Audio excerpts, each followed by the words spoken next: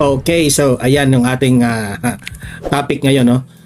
Itong si Mayor Magalong nadismaya siya nung nakita yung SONA ni Bongbong Marcos kahapon kasi noong pinag-usapan na ni Bongbong Marcos yung patungkol sa korupsyon, especially doon sa flood control projects, ay naghihiyawan pa yung mga kongresista, 'di ba?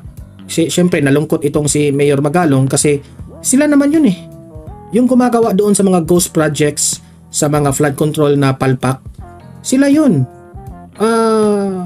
Di natin alam kung magkano po ang nalikom nilang pera doon sa mga proyektong iyon. Nagresulta, kaya laging bumabaha kasi palpak nga yung flood control. Pero nagtataka itong si Mayor Magalong, bakit naghiyawan, nagpalakpakan? Diba? Kung matatandaan nyo, yan rin yung aking reaction kahapon. Bakit naman kayo naghihiyawan, nagpalakpakan kayo na palpak yung flood control projects na na-mention ni Bongbong Marcos? Parang inamin nyo na rin na itong bansang ito run by these government officials, palpak. So why do you have to celebrate? Di ba? Dapat nga nung sinabi yun ni Bongbong Marcos, dapat malungkot tayo. Di ba? Yan, una nating pag-usapan itong si Mayor Magalong, ang kanyang hinanaing sa SONA ni Bongbong Marcos. Mamaya pag-usapan natin yan. At heto, dapat rin natin itong pakinggan si dating spokesperson Attorney Harry Roque patungkol po dito kay Bongbong Marcos na si Bongbong Marcos ba ang susi para itong si Duterte ay makalaya at maibalik dito sa Pilipinas. Okay, yan po ang pag-usapan natin with Attorney Harry Roque. Okay, so bago natin ito pag-uusapan lahat, guys, alam nyo na yan help me po muna na i-like at saka i-share itong video na ito para katalat ito sa taong bayan. Okay, mahalaga like and share. Okay, ready? Sabay-sabay mo tayong mag-like and share. 1, 2, 3, go! Ayan, naka-like and share na ba? And sa mga bago pa lang dito sa aking channel sa Don Mar TV, mag-subscribe na po kayo kung first time nyo itong napanood, no? Para lagi kayong updated sa ating mga balita. Okay, so ito na nga, no? Panoorin natin itong si Mayor Magalong na hindi po niya nagustuhan yung mga hiyawan, palakpakan ng mga kongresista dahil sila naman rin yung mga gumagawa nitong sinabi ni Bongbong Marcos, di ba? Ito, panoorin natin. Mayor Magalong, pasok.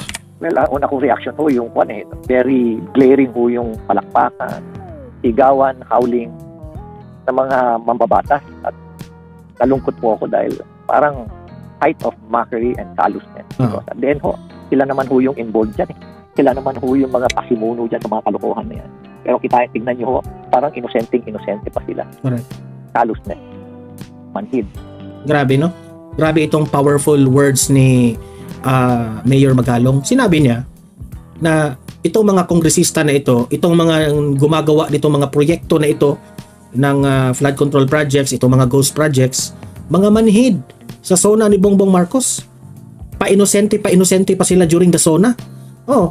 Kitang-kita naman natin doon sa TV.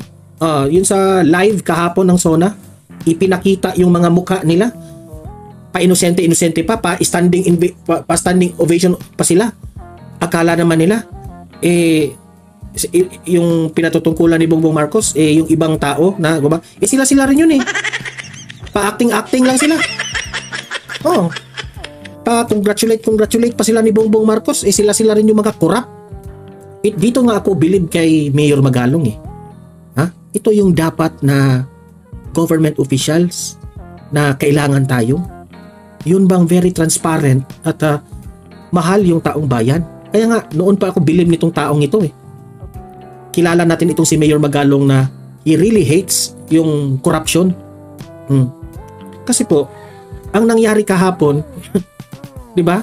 Harap-harapan na yun na sinabi ni Bongbong Marcos na mananagot itong mga gumagawa ng kalokohan patungkol ito sa flood control projects, itong mga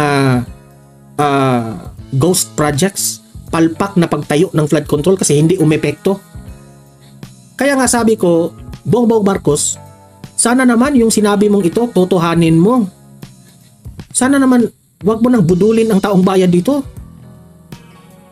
Sinabi mo ito na talagang imbestigahan mo ito. Totohanin mo ito, Bongbong Marcos. Parang awa nyo na para sa taong bayan. Totohanin mo. Okay? Kasi, bakit itong mga kongresista na ito, they are very confident, nagpapalakpakan pa sila. Akala nila malinis sila. Instead na matakot sila sa sinabi ni Bongbong Marcos, if nagpalakpakan pa.